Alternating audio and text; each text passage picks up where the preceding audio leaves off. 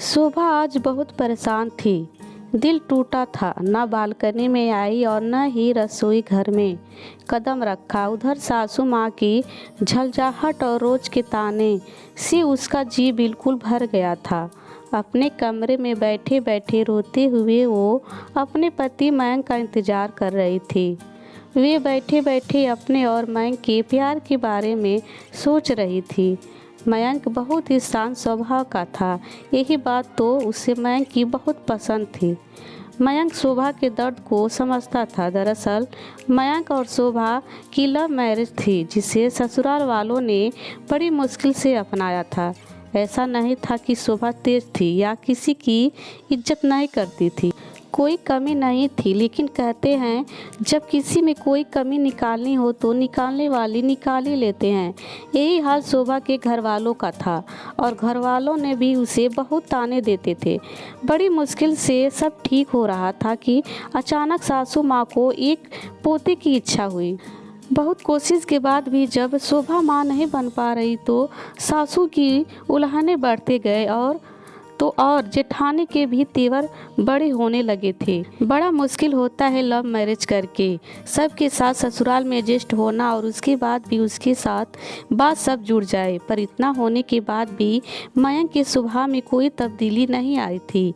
अचानक दरवाजे की घंटी बजी और शोभा दौड़ते हुए जाकर रोते रोते गले लग गई मयंक की।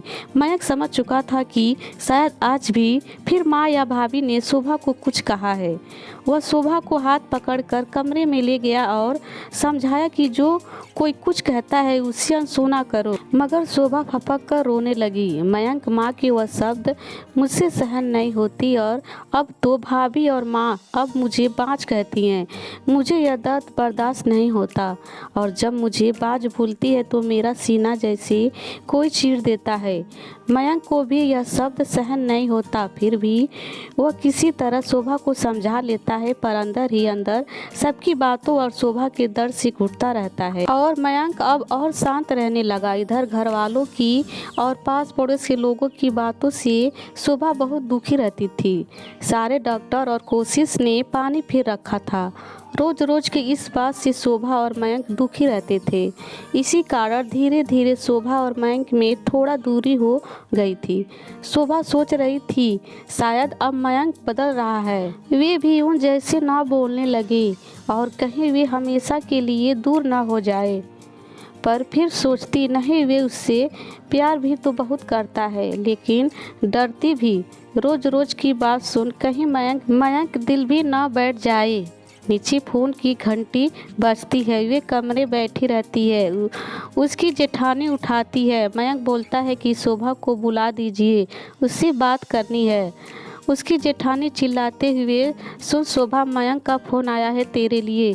वे आती है और कहती है, बोलिए क्या बात है। मयंक उसे एक जगह का पता देता है और कहता है, यहाँ मिलो, आज घूमने जाएंगे, बाहर खाना भी खाएंगे। शोभा पहले मना करती है, फिर उसके बार बार कहने पर मान जाती है और फ़ोन रखकर वे कपड़े बदलकर चली जाती है। वहाँ देखती है कि जिस पते पर उसे बुलाया था वहाँ एक अनाथालय भी था। शोभा को सब बातें मयंक समझाता है कि वह यहाँ क्यों आया है। शोभा कहती है, माँ कभी नहीं मानेगी बच्चा गोद लेने को। मयंक कहता है वे उन्हें समझा लेगा और फिर वे कहा कि सारा फॉर्म भरता है और वे दोनों एक प्यारी सी बच्ची को गोद लेते हैं। शोभा बहुत खुश होती है और उसे देख मयंक भी बहुत खुश होता है। शोभा कहती है, आज तक मैं आपको समझ नहीं पाई, आप मुझे इतना प्यार करते हैं।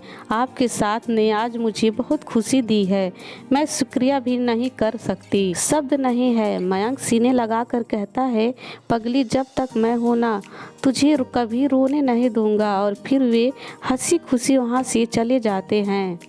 दोस्तों, ये कहानी आपको कैसी लगी हमें कमेंट बॉक्स में ज़रूर बताइए और हमारे चैनल पर पहली बार हैं तो हमारे चैनल को सब्सक्राइब कर लीजिए। मिलते हैं अगले वीडियो में, तब तक के लिए take care and bye bye. खुदा हाफिज।